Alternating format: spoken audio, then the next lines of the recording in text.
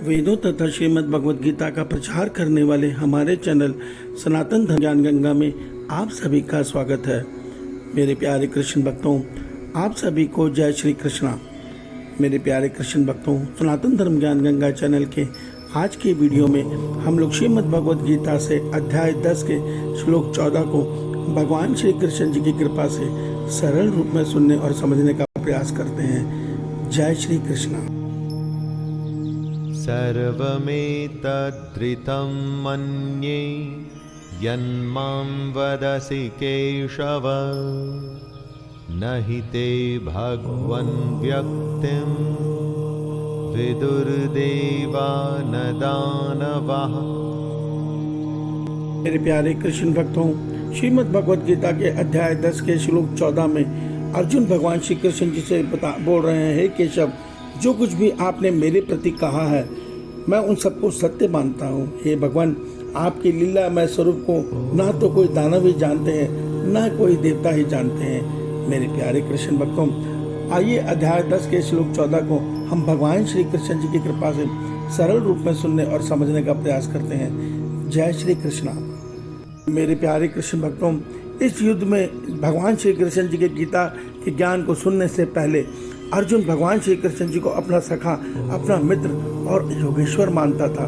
मगर जब अब तक का ज्ञान जो भगवान श्री कृष्ण जी से अर्जुन सुन चुका है, उसको सुनने के बाद अर्जुन को एक सत्य समझ में आ गया कि मेरे ये सखा, ये योगेश्वर नहीं, कोई महापुरुष नहीं, ये तो साक्षात परब्रह्म परमेश्वर अर्थात परमपिता परमेश्वर हैं, जो मानव रूप में श्री कृष्ण जी स्वरूप में लीला कर रहे हैं। मगर अर्जुन आज के श्लोक में एक बहुत बड़ा सत्य बता रहे हैं कि हे ईश्वर, हे केशव, आपको वही जान सकता है जिसको आप स्वयं जनाना चाहते हैं। अर्थात एक सत्य हमारे वेद और हमारे शास्त्र भी बताते हैं कि भगवान को जानने के लिए आप कितने भी ग्रंथ पढ़ लीजिए, कितने भी वेदों को पढ़ लीजिए, भगवद गीता को लाख बार पढ़ लीजिए, मगर जब तक भगवान में श्रद्धा उत्पन्न नहीं होगी, जब तक भगवान के प्रति निष्काम प्रेम उत्पन्न नहीं होगा, तब तक हम भगवान को नहीं जान पाएंगे। क्यों? क्योंकि भगवान को जानने के लिए स्वयं भगवान ही हम पर जब कृपा करते हैं, जिस पर भगवान कृपा करते हैं, भगवान को वही जान पाता है। अन्यथा भगवान को जानना किसी के बस की बात नहीं है। भगवान अर्थात परमपिता परमपिता परमेश्वर जब मानव रूप में लीला करते हैं या अपने स्वरूप को किसी स्वरूप में ढालते हैं तो उनको भगवान कहते हैं।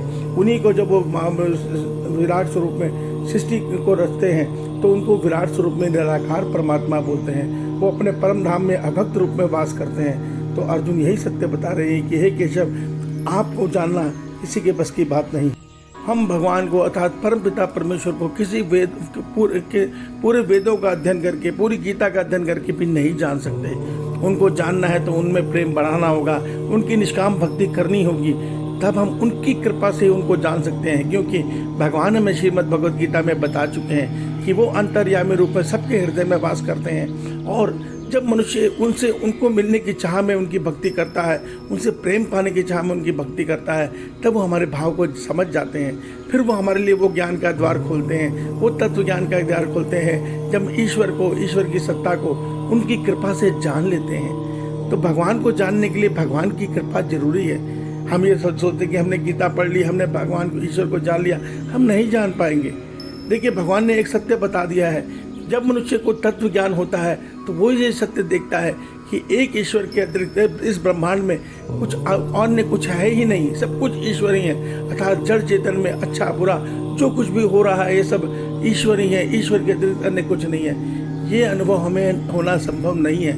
ये अनुभव केवल तत्व ज्ञान से हो सकता है, और तत्व ज्ञान केवल परमात्मा की कृपा से हो सकता है। वही अर्जुन आज के श्लोक में बोल रहे हैं कि हे ईश्वर, आपको ना तो देवतागण जानते हैं, ना ही ऋषिगण जानते हैं, ना ही आपको दानव जन जानते हैं। तो आपको जानना है तो आपकी भक्ति करें, आपसे प्रेम करें, तब आप कृपा करके हमको अपना स्वरूप बताएंगे। हमारे हृदय में वो ज्ञान का दीप जलाएंगे, जिससे हम आपको, आपकी सत्ता को और आपके स्वरूप को जान पाएंगे। ईश्वर मेरे सब भक्तों का, ईश्वर भगवान के सब भक्तों का कल्याण करें। आपका दिन शुभ हो। जय श्री कृष्णा। जय श्री कृष्ण।